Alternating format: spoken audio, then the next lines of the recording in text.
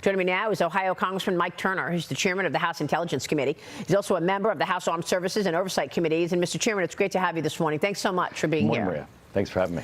I want to ask you about your investigation. You've been investigating all of this. You sent a letter to the White House Chief of Staff demanding to know what meetings Hunter Biden has been at, whether or not he's seen any classified information. Tell us what your worry is, sir. Well, we're very concerned. As the Democrats right now are struggling to determine whether or not the president can do his job for the next 4 years, we're worried about whether or not he can do it in the next 4 days. As the NATO summit launches in Washington, D.C., the president has turned to his son, Hunter Biden, as you've reported, in the Oval Office and in meetings at the White House, which is very concerning. If the president's not able to do his job, he's turning to his son. His son certainly has no qualification, should not be involved in these meetings, but certainly should not have access to classified information about some of the most important threats and secrets that face the country. Well, you're on the Oversight Committee, and you and your colleagues have been investigating President Biden because of Hunter Biden accepting millions of dollars from adversaries. Is there a connection? Are you connecting the dots there?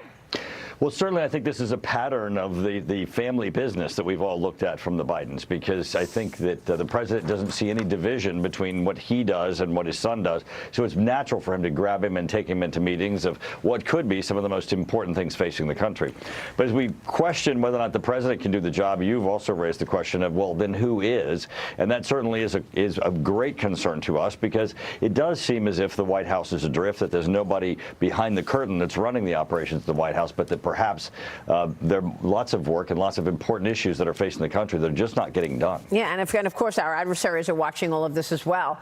I want to get your take on our allies. It's day 2 of the NATO summit. Talks today expected to focus on the Israel-Hamas war, Russia's war in Ukraine, and the China threat. Biden last night touted the strength of the alliance, and he claimed that Ukraine will stop Putin, even though just last week Biden insisted that he shut down Putin. Politico is reporting that European leaders are also tailoring their summit message to former President Trump, preparing to make their case to him if he's reelected in November. I know you're head of the U.S. delegation to the NATO Parliamentary Assembly, sir. What are your thoughts about the NATO meeting today in the middle of all of this?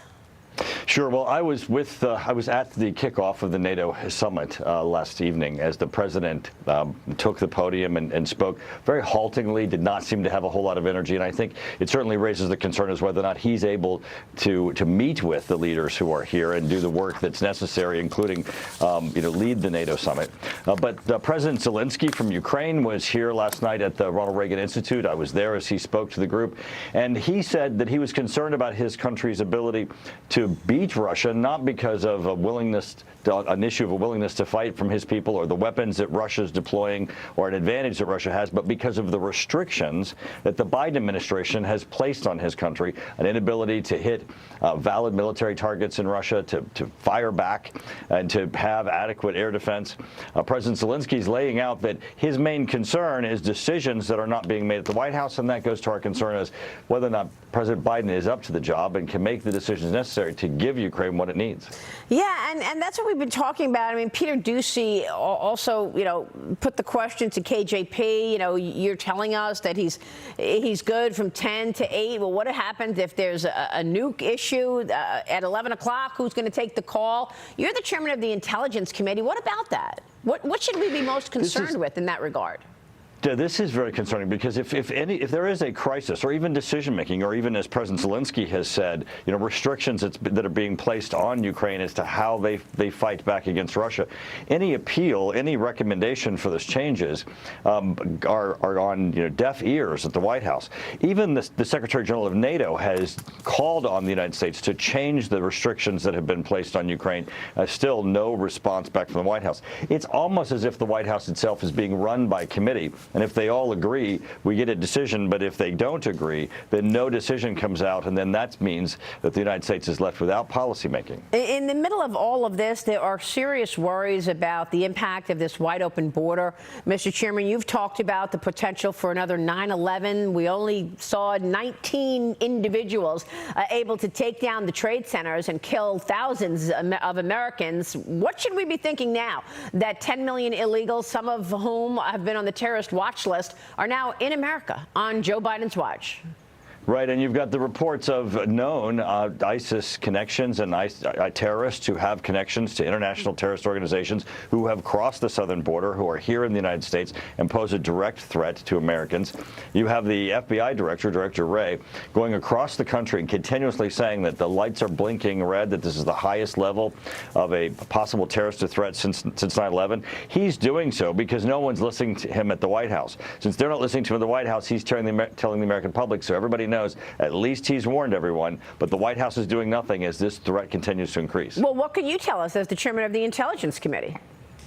Well, the threat is absolutely emanating from the fact that we have an open border. This administration has allowed people to cross this border knowingly and willingly who are threats to Americans and to the United States, who have ties to terrorist groups and organizations, and they have placed us in a terrible risk. Yeah. President Trump has said he will take action to make certain these people are found and removed from the United States so they cannot continue to do harm and then threaten harm, and that's obviously what needs to be done. Well, I find it really rich that now the Democrats all of a sudden are up in arms about Joe Biden needing to step out of the race because they're afraid he's going to lose. But all of this, what you're just bringing us in terms of the impact of this wide open border, did not move them. The bad policies did not move them to say, Joe Biden, get out of the way. You've put our country in a threatening and vulnerable position. I mean, Axios is reporting that the momentum to remove Biden now is losing steam. Even as the House meeting left some swing district Democrats yesterday in quote-unquote actual tears. Another report said that the meeting felt like a funeral.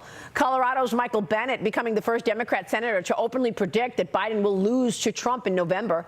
New Jersey Congresswoman Mikey Sherrill, now the 7th Democrat lawmaker to publicly call for Biden to drop out of the race. But Congressman, I want to get your take on how easy or simple that would be, because I spoke with Missouri Senator Eric Schmidt as well as New York Post columnist Miranda Devine on Sunday, and they both said, don't underestimate the will of the Biden family to keep him in place. Watch this. I think people haven't quite given the significance to Hunter Biden's presence in the White House that it deserves.